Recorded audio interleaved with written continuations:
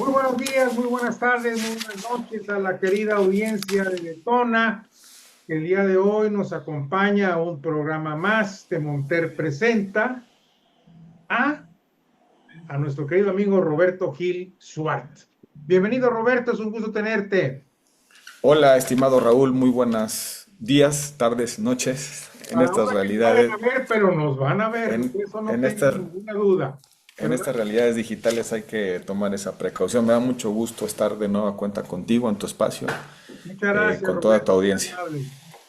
Oye, pues después de lo acontecido el día de ayer, que ha habido opiniones de toda naturaleza, desde las más optimistas hasta las más pesimistas.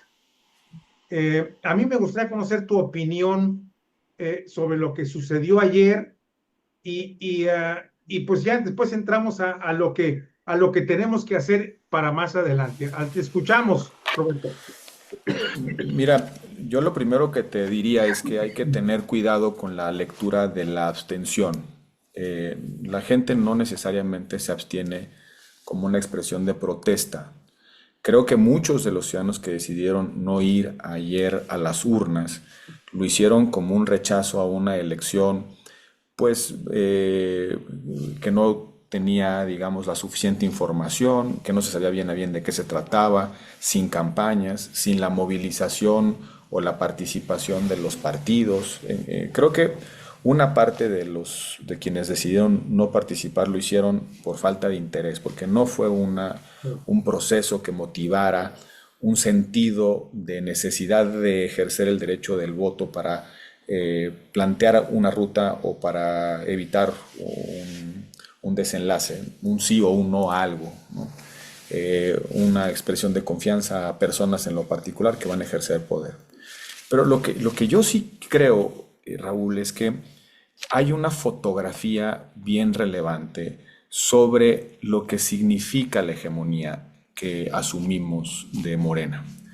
Las oposiciones, la sociedad, incluso eh, el mundo, está viendo una hegemonía que no vale, no representa lo que cree. Mira, ellos pudieron cambiar con la sobrerepresentación artificial la constitución por sí misma.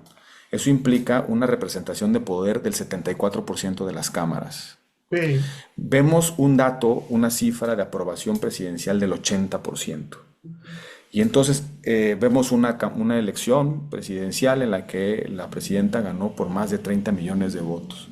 Pero en un momento electoral como esta elección, en la que no hay una, eh, un involucramiento, en la que no concurren las oposiciones, que no hay una movilización de las oposiciones porque no compiten las oposiciones y hay muy bajo interés.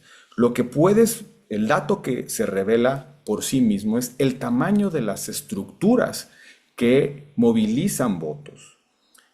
¿Cuánto vale esa hegemonía? Pensamos esa hegemonía en 80%.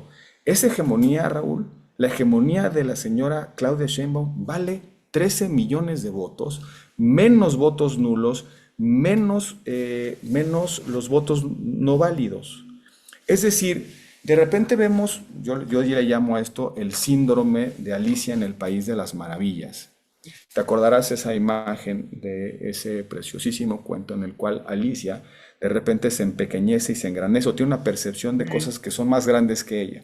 Lo que creo que le está pasando a la oposición es que están sufriendo el síndrome de Alicia en las Maravillas.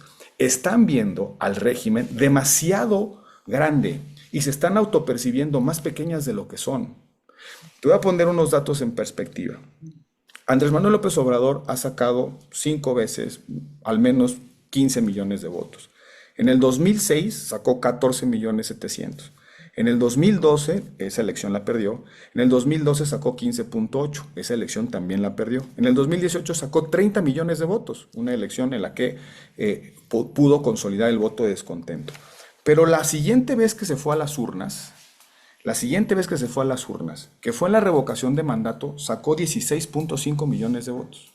sí, La señora Sheinbaum, con todos los gobernadores, con todos los programas sociales, con todos los recursos del Estado, con una intervención explícita en la elección judicial, con operadores, con las narcoalianzas, con todo. Sacaron a votar 13 millones de votos, más o menos. Entonces, en este contexto de una elección que no motiva el interés, lo que se ha desnudado es el verdadero tamaño de Morena. Claro, en la revocación de mandato sacaron 16.5 millones de votos, 17% de la participación, pero no había nadie enfrente. En la consulta popular del aeropuerto sacaron 1 millón de votos y no hubo nadie enfrente. En la consulta de los expresidentes para castigar a los expresidentes sacaron 6.6 millones y tampoco hubo nada enfrente. Entonces, ¿qué es lo que te quiero decir? Estamos percibiendo al régimen de un tamaño que no tiene precisamente porque nadie se está poniendo enfrente. Déjame usar una metáfora. Es como aquella final de fútbol o la semifinal o los partidos de cuartos u octavos, en la que un equipo dice, oigan, vamos a ir a jugar, vamos a ir al partido. Y como el árbitro ya está con ellos, es del mismo lugar del director técnico, como ya vendieron las chelas únicamente a los porristas del otro equipo, como ya vamos a perder, pues mejor no vayamos. Y resulta que al partido llegan el equipo dividido, el equipo contrario dividido, el árbitro ni siquiera estaba pensando en prestarse a componendas, la grada quería ver un partido. Y entonces resulta que nos damos cuenta que a lo mejor si hubiéramos jugado el partido, otras cosas hubieran sucedido. Claro, claro. Entonces, por el miedo a perder el partido por un penal mal calificado por el árbitro que tiene relación o que está cercano al equipo contrario, perdemos por default. Entonces, para mí el dato relevante es que la supuesta hegemonía o la reconstrucción de una hegemonía de partido mayoritario en este país vale 13 millones de votos, con todo el dinero que utilizaron para movilizar en la elección judicial, con promocionales de radio y televisión para promocionar, con la presidenta de la República violando la veda electoral para que salieran a votar. Tuvieron que sacar a López Obrador a votar para que la gente, para animarla. Y todas esas circunstancias valen 13 millones de votos.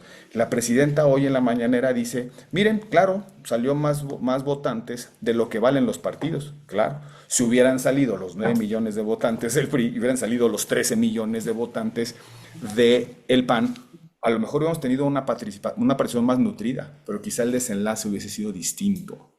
Entonces, para mí el dato revelador es, primero, que es un fracaso para la movilización de Morena. Y segundo, nos da una radiografía muy clara de cuánto es la masa de esta supuesta hegemonía todopoderosa. Y yo llego a la conclusión de que se les puede derrotar por aritmética pura. Salvo, Raúl, y aquí dejo esta reflexión, salvo que seamos tan ingenuos de pensar que solamente tienen el interés de capturar al Poder Judicial. En realidad, este es el primer paso para cancelar la posibilidad de que a través del voto y de procesos electorales podamos restablecer la República Constitucional. Totalmente de acuerdo. Yo me atrevería a asegurar que en el plan, en la ruta de acciones de Morena y de su gobierno, lo que sucedió ayer no es más que una escala de este camino de tránsito para seguir controlando todo el país y todo el gobierno, ¿verdad? ¿Qué significa esto? Bueno, pues que en primer lugar, que el Poder Judicial definitivamente va a estar en manos del Poder Ejecutivo y yo no lo deseo, espero que no colapse, pero puede colapsar, ¿verdad? Por todos estos problemas. Pero lo que también yo estoy previendo, pensando de mala fe, es que Morena puede cambiar la ley electoral, las reglas del juego para las elecciones del 27 y entonces sí, cuidado. Pero es que nos han engañado con la verdad. Está la iniciativa presentada. para rehacer el INE a través de votación electoral, voto directo. Pero mira cómo se ha comportado este régimen y avanza palmo a palmo en la intención de concentrar el poder. Con el 54% de los votos en la elección del 2024, se hicieron artificialmente del 74% de la representación en el Congreso para cambiar la Constitución en muchos aspectos, con el propósito de, con 13 millones de votos que implican el 13% y poco menos, el 13% de los mexicanos con derecho a votar, controlar el tercer poder del Estado, que nada más y nada menos garantiza tus libertades, garantiza el equilibrio de poderes y la separación de los poderes, y además es la última garantía del federalismo como mecanismo de distribución de competencias y de controles recíprocos entre ámbitos de gobierno. Con 54% de la votación que le dieron los ciudadanos se han hecho del Poder Judicial. Entonces, mi gran pregunta es, Raúl, ellos tienen un plan, un modelo, tienen un manual operativo de ir conquistando esos espacios de poder. ¿Cuál es el común denominador de cada una de estas trincheras que van ganando? El vacío opositor. El vacío opositor.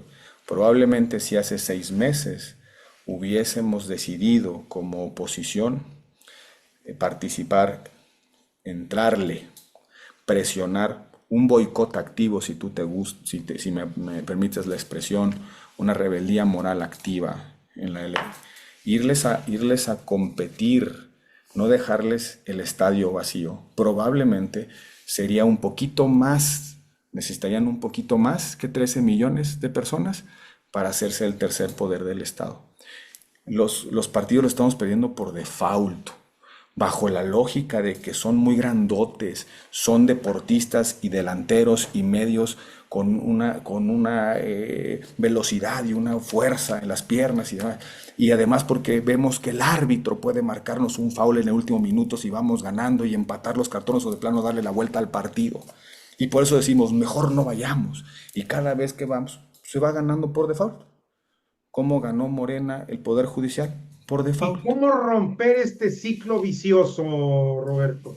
Mira, yo creo que lo más importante es conservar el instrumento que nos permite poder restablecer, reconstruir, rehacer o incluso plantear construcciones de instituciones inclusivas hacia adelante. Y ese instrumento se llama voto, pero no el voto que solamente se emite, claro. Sino el voto con unos estándares de calidad organizativa, de legalidad, de pluralismo, de equidad. Eso que durante 30 años a México le dio estabilidad política y social y derivado de eso, estabilidad económica. Creo que el plan de acción de quienes, más allá de las oposiciones, de quienes queremos que estén abiertos los canales de cambio político pacífico y democrático, nuestra lucha inmediata es evitar que en el 2017 nos quiten ese instrumento. Nos tocará en los próximos probablemente una década rescatar, restablecer, refundar a un poder judicial para una república constitucional. Pero no vamos a poder rehacer esa institucionalidad si perdemos el instrumento que permite hacerlo de manera pacífica y en contextos pluralistas. Es nuestro derecho individual de votar. De votar y que tu voto cuente y sea contado por instancias autónomas, independientes, imparciales, ciudadanas y profesionales. Hay densidad ética, cívica, Raúl. Te voy a dar un dato. Según el INE, yo no voy a cuestionar los datos del INE porque me parece que no tengo ningún argumento para decir que no son ciertos. Pero el 98.9% de los ciudadanos insaculados y capacitados para ejercer la función de presidentes propietarios de casilla acudieron al llamado. 98.9%. ¿Qué significa esto? Que tenemos un tejido de compromiso cívico que está ahí, a pesar de ser la elección desangelada, desinteresada y tal. Si esta elección era tan absurda y para el grueso de los ciudadanos, ¿por qué el 98.9% de los ciudadanos designados con funciones de casilla fueron? vamos a decir que fue manipulación de Morena, o podemos ser optimistas de que hay un ciudadano comprometido, activo, que ya tiene una cultura de defensa de instituciones electorales y que cuando le llega la notificación del INE, va y cumple con su deber. Si ya tenemos esa densidad, esa cultura cívica tan latente como el dato que te estoy dando, ¿qué esperamos para convocar en un plan de acción, en una iniciativa política, a no permitir que este régimen siga avanzando en el propósito de captura institucional por vacío de la oposición? Mira, hoy decía en la mañana, no necesitan hacer trampa en el consejo, en los consejos distritales. ¿Para qué? Si les dejamos las casillas vacías para que Claro, puedan hacer cualquier cosa el día de la jornada. Entonces, como claro. por qué el INE va a comprometer su credibilidad llenando boletitos si les dejamos 10 horas en soledad a plena luz del día para hacer lo que se les da la gana, sin representantes de casillas, sin observadores? Yo creo que hay que dejar atrás ya este fantasma del fraude perfecto y empezar con autocrítica, a aceptar que buena parte del avance de este régimen tiene que ver por la inacción, por los miedos, por la coacción, por el uso faccioso de los instrumentos del Estado, pero sobre todo porque nos hemos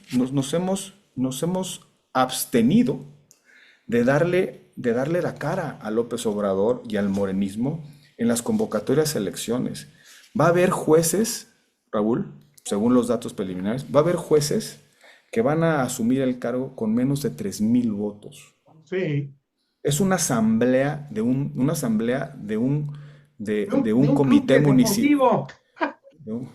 Bueno, pero ¿de quién es? ¿La responsabilidad de quién es? De los que han asumido, han aprovechado la oportunidad, digo, perdóname la expresión, pero la oportunidad hacia el ladrón. Claro. Voy a publicar pronto un dato cuando terminen un poco de avanzar las actas, pero el mayor número de los candidatos a jueces y magistrados que ganaron son los designados del Poder Ejecutivo, los que vienen nominados por el Poder Ejecutivo. Claro, pues porque no había nadie que buscara Claro. perfiles y apoyara perfiles de otro. Ahora, Roberto, entiendo. y cuáles serían esas tres, cuatro principales líneas de acción de ese plan que tú La estás prim- la- relatando? yo creo que es un plan por la restauración de la República Constitucional y que empieza, yo te diría 5 puntos. Primero, yo sí creo que hay que hacer una impugnación por la nulidad de la elección.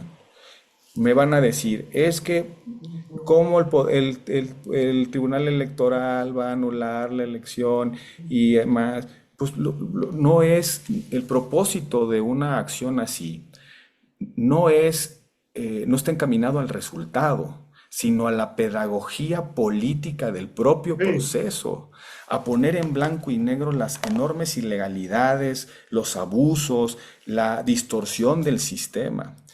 Ahora sí que como lo hizo López Obrador en el 2006 y en el 2012, lo que no ganó, más allá de quererlo ganar en la mesa, lo convirtió en un argumento de impugnación y después le tuvimos que conceder reformas constitucionales en materia electoral claro. para curar eso. Mira, Es dejar asentado lo que hicieron mal. y que se discuta socialmente y que la sociedad tome conciencia de eso. Es la primera. La segunda, yo creo que hay un mecanismo parlamentario para documentar lo que ha sucedido. Las oposiciones deben de pedir en el Congreso una suerte de calificación política de las condiciones de legitimidad, legalidad y validez de esta elección. Un debate parlamentario, político con una comisión especial o como quieran en el pleno. Pero ¿te acuerdas aquel viejo modelo de calificación de la elección? Sí, Pues ahí en el Congreso radica la soberanía popular. Entonces, por un mecanismo político parlamentario, discutir todas las cosas que sucedieron en esta elección. Tercero, muy importante para mí, hay que empezar a alentar la formación de agrupaciones políticas locales y nacionales que asuman otra vez la agenda del cuidado de las condiciones democráticas de nuestro modelo de distribución y adjudicación de poder político. Cuarto, creo que los partidos tienen que hacer una profunda reflexión interna. No podemos ofrecer una reforma al sistema de partidos porque no tenemos votos en el Congreso, pero sí podemos exigir a los partidos políticos que se reformen a sí mismos a través de la autodeterminación, que se abran, que cambien sus narrativas y sobre todo que vuelvan a representar auténticamente las causas. Y quinto, creo que en este plan de acción inmediato hay que establecer un monitoreo muy puntual sobre los jueces y magistrados que han llegado en esta elección. Hay que impugnar a los candidatos tóxicos, hay que darles especial vigilancia a los candidatos sospechosos por su procedencia, hay que documentar quiénes son y de dónde vienen y cómo fueron votados y quién presumimos que los apoyaron para llegar ahí, porque la única manera de generar también pedagogía política sobre los riesgos de infiltración de intereses criminales o extralegales en el Poder Judicial es correrles la cortina. Con esas 5 cosas, querido Raúl, nos entretenemos los 2 años que faltan para la elección del 27. Ayer terminó un proceso electoral simulado, para mí es el gran fracaso de Morena. Hoy tiene que empezar el ciclo político del 2027 con un fin específico, que una semana antes, tú y yo, en los chats en los que participamos, no estemos en la discusión de si participamos y validamos o nos abstenemos y a ver qué pasa. Ahora, ya definiste el qué. Ya definiste cuáles son los alcances de este qué. Ahora falta definir el cómo y quiénes. Yo creo que no, los cómo ahí están, es una iniciativa política que pase por las impugnaciones, por la calificación parlamentaria de la Me refiero elección. yo al cómo operativo. ¿Quién va a hacer todo esto, verdad? Porque Mira, yo creo, en la tradición política a la que yo pertenezco, he aprendido una cosa. No se espera a que los políticos tomen la iniciativa, los partidos, los ciudadanos hacemos también iniciativas políticas. Hay muchas organizaciones de la sociedad civil que hoy están preocupadas por lo que pasó. Y yo creo que lo único que hay que hacer es articular ese llamado, ponernos de acuerdo. Hay que hacer un poco un movimiento de abajo hacia arriba, a través de consejos informativos de lo que pasó. Mucha gente se está dando cuenta de que el Poder Judicial cambió hoy lunes porque hay una elección del 13% que se hizo del poder del Estado, ¿eh? No porque estaba interesada en los candidatos ni estaba interesada en la elección por sí mismo. También hay que tener cuidado, muchos de los ciudadanos que se abstuvieron probablemente se abstuvieron porque sabían que la hegemonía ya había ganado. Entonces, como ya no hay nada que hacer, pues ¿para qué demonios pierdo mi domingo? sí. Entonces, creo que tiene que empezar por reanimar moral. Yo te iniciaba mi intervención contigo con el síndrome de Alicia en el País de las Maravillas. Sí. Médicamente se llama la micropsia, alteración de la percepción, especialmente del tamaño de los objetos y del propio cuerpo. Sí. Yo creo que la oposición, la sociedad tiene que despertar de la alucinación de que tiene frente a sí un régimen absolutamente imperturbable. Yo creo que mejor partamos de una base, para mí, muy optimista, de que valen, con todo lo que tienen, con todos los recursos del Estado, 13 millones de votos, un domingo muy importante para ellos. Claro. Cuando estabas definiendo el nombre del plan, ¿lo podía repetir porque no lo apunté bien? ¿Plan? Yo le he llamado el plan un plan por la restauración de la República Constitucional. Yo así lo he llamado, es una verbalización que se ha ocurrido, pero creo que sintetiza muy bien Sí, digo, qué significa. es más una propuesta que hay, como bien dices tú, hay que irla articulando.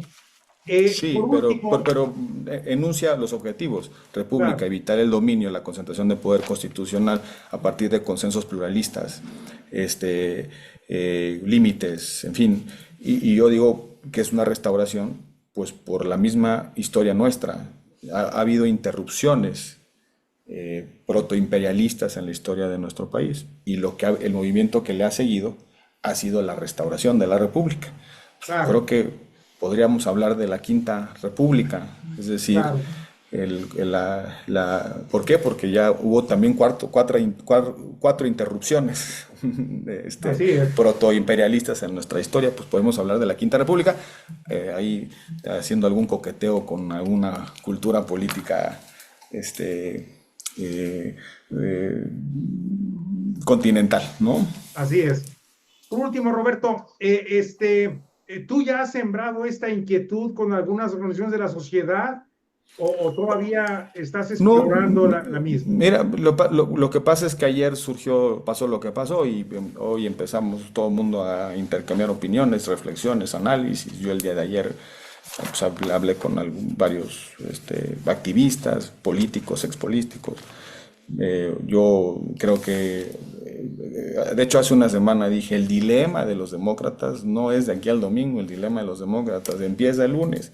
Claro, Yo entiendo bien lo de abstenerse y participar, denunciar, exhibir, apoyar a los que están en las trincheras por la democracia y por el voto, hay que apoyarlos. Entonces, todo ha pasado en horas, pero sí creo que lo que necesita México es un plan de acción con el objetivo de evitar la concentración de poder, de restablecer los equilibrios constitucionales, pero muy importante, recuperar la legitimidad del sistema electoral y evitar que el INE normalice algunas de las cosas que vimos en esta elección, como por ejemplo que no voten, que no cuenten los votos en las casillas, la inexistencia de arbitraje, la intervención activa de la presidenta. La presidenta intervino en la elección, en la veda electoral, haciendo un llamado a la sí, participación y pasó de noche, ¿eh? Nadie dijo nada, nadie se indignó. Creo que lo que hay que hacer es volver a poner en el centro de la discusión un bien público que se llama voto, un contexto de institucionalidad que es el modelo transicional electoral y claro, de manera muy importante, pues los fines a los que está dirigida esa acción. ¿Cuáles son los fines? No es otra cosa que evitar la concentración de poder en unas manos, mantener la vigencia de los derechos, el equilibrio, la separación de poderes y sobre todo una sociedad pluralista en la que no por pensar diferente estés excluido de tu propia patria. muy bien, mi querido Roberto, pues te agradezco mucho y como de costumbre, pues la plataforma de Tona está abierta para no solamente analizar estos temas, sino también para promover acciones concretas que nos permitan, pues, lo que yo siempre he resumido, que es defender los derechos constitucionales de los mexicanos y promover la democracia en nuestro país. Te lo aprecio mucho siempre, querido Raúl, y espero verte pronto. Ahora, ojalá podamos convocar a más, pero esta generación se juega la posibilidad de heredar un país libre o la pena, la vergüenza de haber permitido el restablecimiento autoritario en un contexto de anarquía, porque ahí vamos, ¿eh? Ahí luego hablaremos de crimen organizado y cosas que están pasando Así en es. este país. Te lo Fuerte aprecio abrazo, mucho, mi Raúl. querido Roberto. Igualmente, que estés muy bien. Hasta Hasta luego. luego. Gracias.